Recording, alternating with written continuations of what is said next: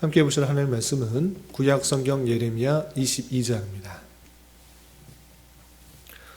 4월 22일 예레미야 22장을 읽는 날인데 22장은 30절까지 좀 길게 되어서 다 읽지는 않고요. 1절부터 12절까지 봉독한 이후에 설교를 통해서 전체 내용을 살펴보겠습니다. 예레미야 22장 1절부터 12절까지 말씀, 구약성경 1084면 전후를 보시면 되겠습니다. 1절부터 함께 봉독합니다. 여호와께서 이와 같이 말씀하시되 너는 유다 왕의 집에 내려가서 거기에서 이 말을 선언하여 이르기를 다윗의 왕에 앉은 유다 왕이여 너와 네 신하와 이 문들로 들어오는 네 백성은 여호와의 말씀을 들을지니라. 여호와께서 이와 같이 말씀하시되 너희가 정의와 공의를 행하여 탈취당한 자를 압박하는 자의 손에서 건지고 이 방임과 고아와 과부를 압제하거나 학대하지 말며 이곳에서 무죄한 죄를 흘리지 말라.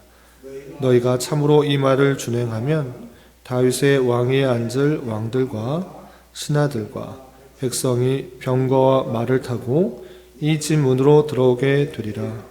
그러나 너희가 이 말을 듣지 아니하면 내가 나를 두고 맹세하노니 이 집이 황폐하리라.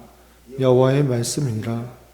여호와께서 유다 왕의 집에 대하여 이와 같이 말씀하시니라. 내가 네게 길르앗 같고 레바논의 머리이나 내가 반드시 너로 광야와 주민이 없는 성읍을 만들 것이라. 내가 너를 파멸할 자를 준비하리니 그들이 각기 손에 무기를 가지고 내 아름다운 백향목을 찍어 불에 던지리라. 여러 민족들이 이 성읍으로 지나가며 서로 말하기를 여호와가 이 큰 성읍에 이같이 행함은 어찌 됨인고 하겠고 그들이 대답하기는 이는 그들이 자기 하나님 여호와의 언약을 버리고 다른 신들에게 절하고 그를 섬긴 까닭이라 하셨다 할지니라. 너희는 죽은 자를 위하여 울지 말며 그를 위하여 애통하지 말고 잡혀간 자를 위하여 슬피 울라. 그는 다시 돌아와 그 고국을 보지 못할 것임이라. 여호와께서 유다 왕 요시아의 아들 곧 그의 아버지 요시아를 이어 왕이 되었다가 이곳에서 나간 살룸에 대하여 이와 같이 말씀하시니라. 그가 이곳으로 다시 돌아오지 못하고 잡혀간 곳에서 그가 거기서 죽으리니 이 땅을 다시 보지 못하리라. 아멘. 감사합니다. 오늘 말씀의 본문은 예레미야 22장입니다. 앞서서 우리는 계속해서 유다 백성들의 범죄로 말미암아 심판받는 경고의 말씀을 살펴볼 수 있었는데 어제 읽었던 21장에서 드디어 그 심판의 내용이 실행되어 가고 있는 모습을 살펴볼 수 있었습니다. 다름 아니라 북방의 큰 나라인 바벨론 왕이 예루살렘에 쳐들어와서 그 포위하는 그 장면을 볼 수가 있었습니다.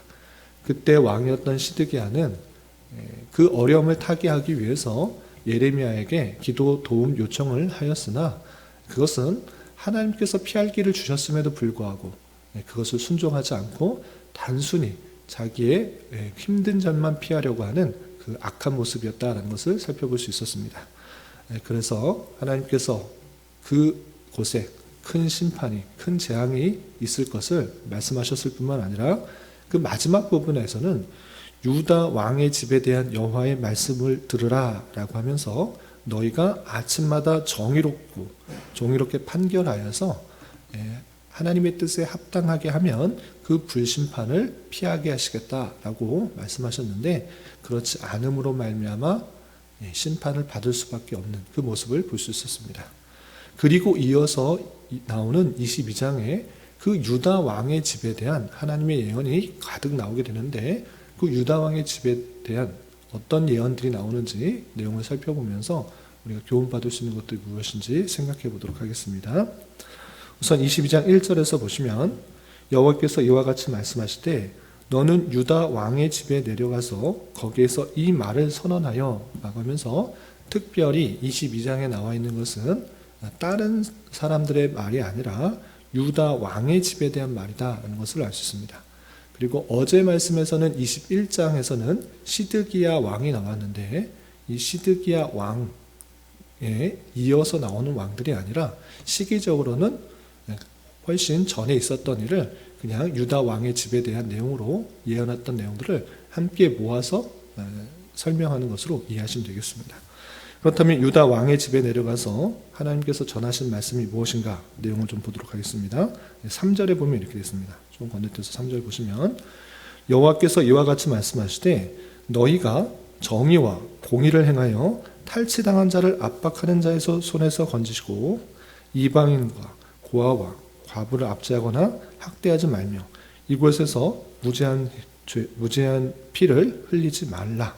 너희가 참으로 이 말을 준행하면 다윗의 왕위에 앉을 왕들과 신하들과 백성이 병거와 말을 타고 이 집 문으로 들어오게 되리라. 그러나 너희가 이 말을 듣지 아니하면 내가 나를 두고 맹세하노니 이 집이 황폐하리라. 여호와의 말씀이니라 라고 하고 있습니다. 어제 말씀에서도 유다 왕에 대한 그 말씀하실 때 아침부터 정의롭게 판결하여서 탈취당한 사람과 억울한 사람들 공정하게 재판하라. 그리하지 않으면 하나님께서 풀로 심판하시겠다 이런 말씀하셨는데 오늘 다시 그 말씀들을 하고 계시는 것입니다. 너희가 정의와 공의를 행하여서 탈취당한 자를 압박하는 자에서 건지고 이방인 고아 과부를 압제하거나 학대하지 말고 무죄한 피를 흘리지 마라. 공의와 정의를 올바른 행하는 그런 왕이 되어야 된다 이렇게 표현하고 있는 것입니다. 그렇지 않으면 어떻게 된다고 하고 있습니까? 내가 나를 두고 하나님을 두고 맹세하노니 이 집이 황폐하게 될 것이다 라고 말씀하시는 것입니다. 왕으로서는 마땅히 하나님의 사자가 되어서 하나님께서 하실 일들을 대신하여서 그 나라를 정의와 공의로 다스려야 된다. 그런데 그렇지 않으면 하나님이 심판하시겠다 이렇게 엄중한 경고를 내리시는 것입니다. 그러할 때 이 말씀이 어떤 한 사람, 어떤 한 왕에게만 한 것이 아니라 오늘 말씀에서 그대로 기록되어 있듯이 유다 왕의 집, 그러니까 왕들에 대하여서 설명하고 있는 것입니다. 그럼 어떤 왕들에 대해서 또 이 잣대를 대고 또 예언하고 있는가라고 할 때 요시야의 아들인 여호와의 살룸 그리고 또 여호야김 그리고 고니야 이 세 왕에게 동일하게 그 말씀을 전하고 그렇지 않음으로 말미암아 하나님의 심판이 내려지고 있는 것을 볼 수 있습니다.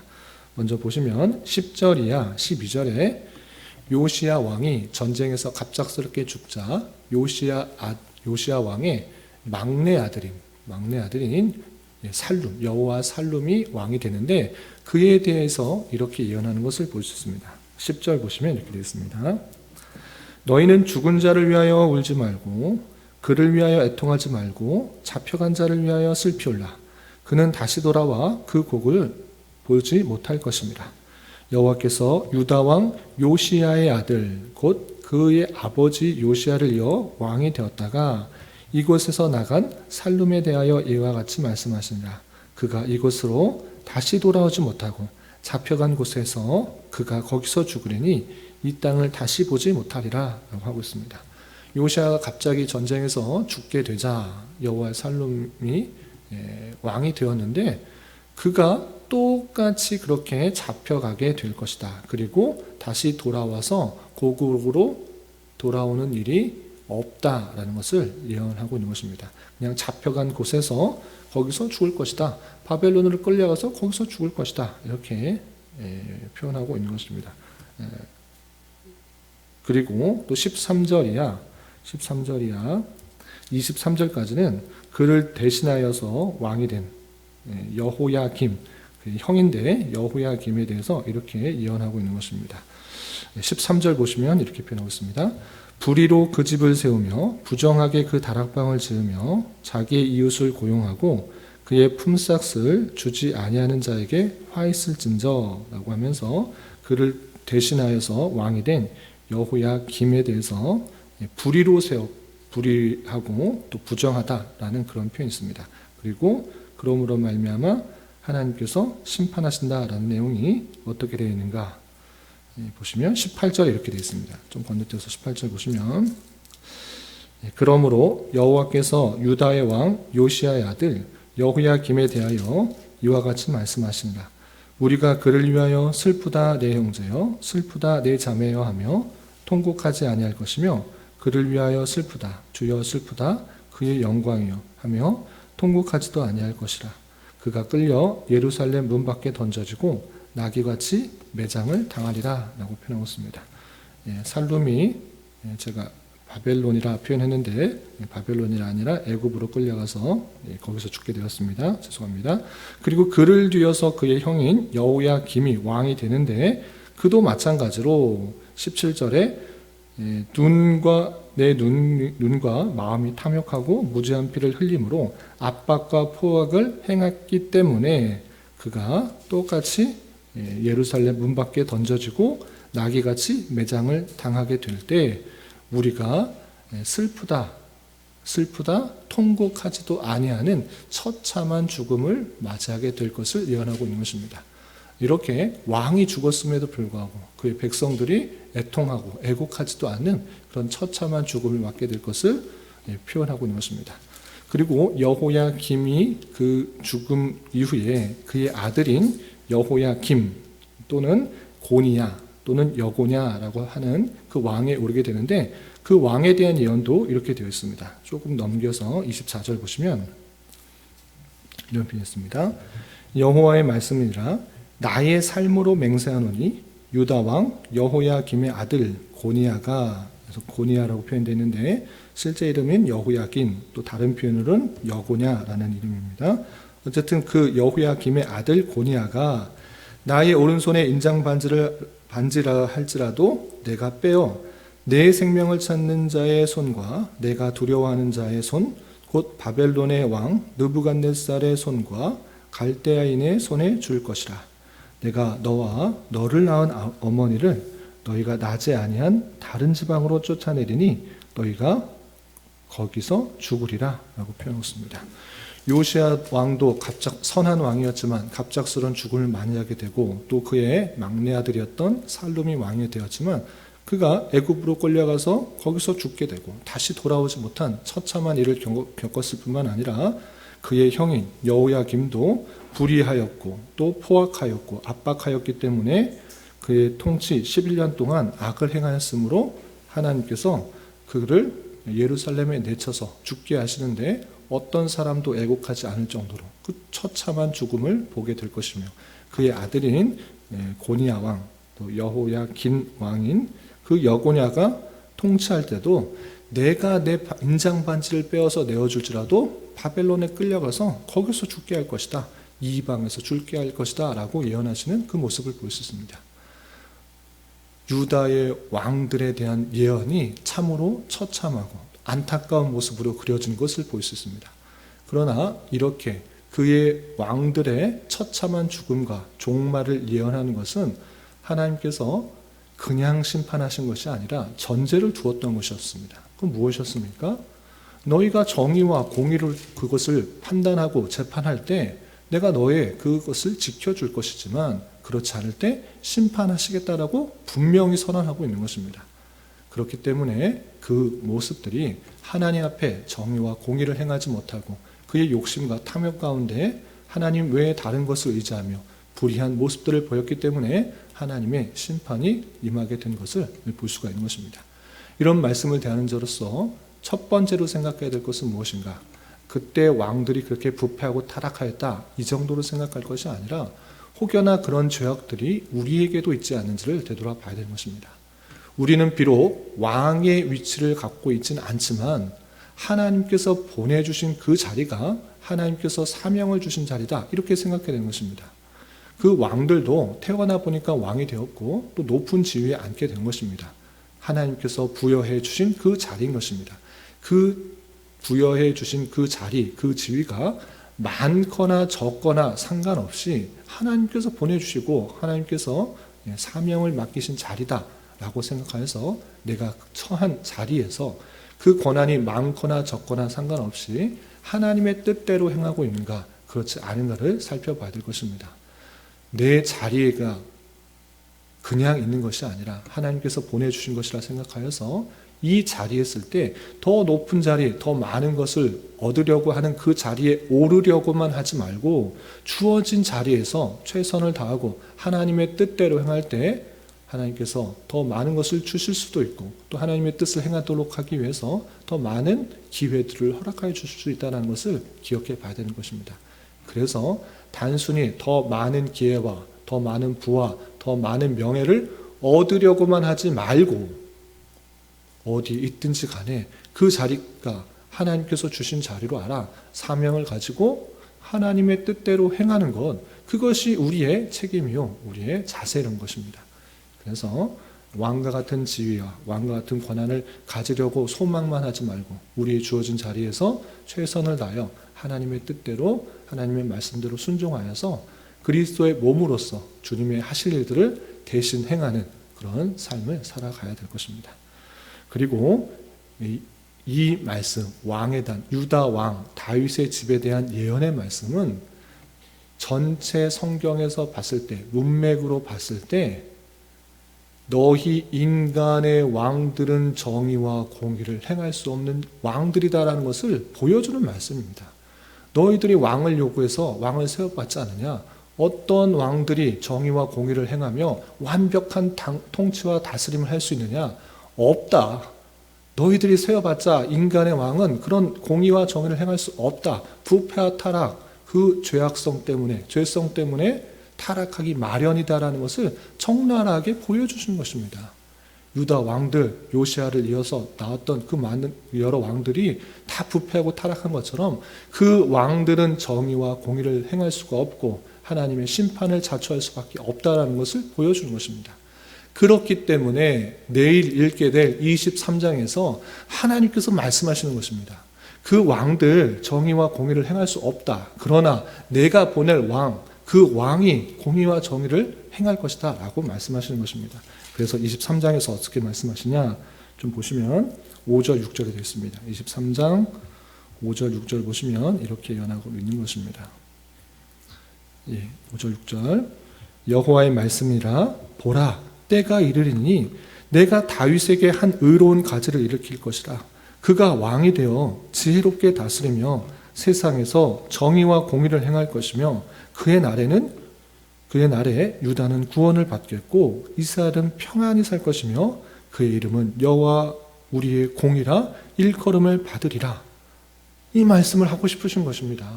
너희들이 왕을 세워놓고 그래 세워봐라.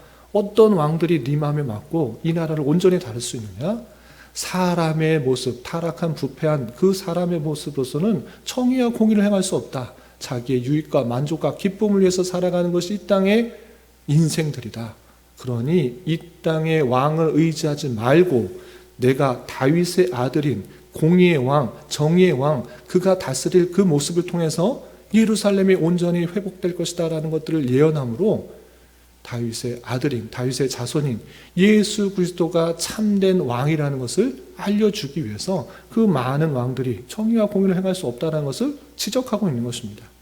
그러므로 말미암아 우리는 이것을 통해서 또한 교훈을 얻는 것입니다. 그건 무엇입니까? 이 땅의 어느 위정자, 어느 왕, 어느 대통령도 완벽할 수가 없는 것입니다. 다 부패하고 타락하여서 죄악 가운데 거할 수밖에 없는 것입니다.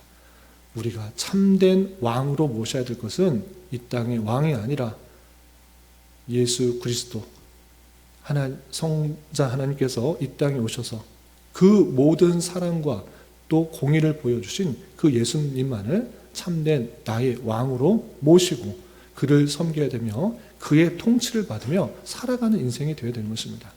그래서 내가 주님을 온전히 나의 왕으로 모시고 그의 통치를 받으며 살아가기를 힘써야 될 것이고, 또 한 가지 덧붙여서 설명을 드리면 그럼에도 불구하고 하나님의 놀라운 섭리 가운데는 이 땅의 위정자들 두어서 이 나라가 사회적 안녕을 가지고 또 치안과 국방에 대한 안녕을 가지고 살아가도록 하셨던 것입니다. 그래서 하나님께서 그들을 사용하여 주시고 선하게 사용하여 주시고 또 그를 통하여서 우리가 고요하고 단정한 삶을 살아갈 수 있도록 그를 위해서 기도하는 것, 그것이 마땅한 삶이라는 것을 기억하며 그의 부족함과 연약함들 하나님께서 은혜 주셔서 올바른 통치를 할 수 있도록 계속 기도해야 될 것이고, 그리고 부패와 타락 가운데 거하지 않도록 우리가 더욱더 힘써 바른 진리의 내용들을 드러낼 수 있게 힘써야 될 것입니다. 이런 말씀에 따라 하나님의 통치를 온전히 받는 그런 자가 되어야 될 것이고, 주어진 기회에 하나님의 뜻대로 살아가기 힘쓰는 그런 삶을 살아가야 될 것입니다. 이런 말씀의 교훈에 따라 힘있게 살아갈 수 있는 저와 여러분이 되시기를 주님의 이름으로 부탁을 드립니다. 기도하겠습니다. 하나님 아버지 감사합니다. 오늘 말씀을 통해서 유다 왕의 집에 대한 하나님의 예언의 말씀을 대하였습니다. 이런 말씀을 대하는 자로서 왕과 같은 기회를 누리려고만 하지 말고 주어진 기회를 선용하여 하나님의 뜻대로 살아가기에 힘쓰는 자 되게 하여 주시고, 이 땅의 왕들의 한계를 분명히 알고 참된 공의와 정의를 행하실 분은 오직 예수 그리스도밖에 없음을 깨달아 주님의 통치와 인도하심에 민감하게 반응하며 살아갈 수 있는 자 되게 하여 주시옵소서.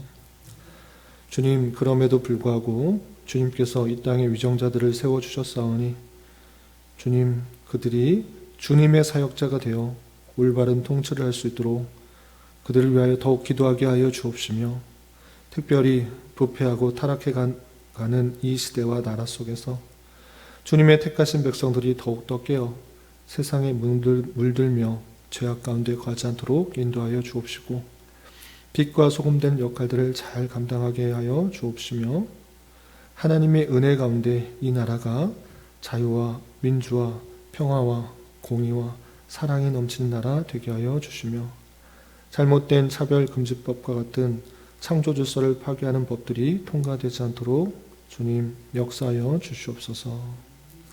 주님, 교회 내 육체의 연약함으로 생활이 어렵고 불편한 가운데 있는 여러 지체들이 있습니다. 주님 지켜주셔서 건강하게 잘 치유되고 회복될 수 있도록 인도하여 주시고, 직장과 사업장의 문제로 가족의 전도와 신앙을 위해 복된 결혼과 가정을 위해 주님께 간절히 부르짖으며 나아가는 여러 지체들이 있사오니 주님, 그들과 함께 하여 주시고 그들의 기도 응답해 주시사 우리의 기대와 소망보다 훨씬 더 풍성한 것들로 채워주시는 하나님을 깊이 경험할 수 있는 기회 되도록 인도하여 주시옵소서. 이 시간 한 주간의 삶을 올려드리며 각자 간절하게 간구하는 기도 제목 주님께서 들으시고 가장 선한 것들로 응답하여 주시옵소서. 예수님의 이름으로 기도 올리옵나이다. 아멘.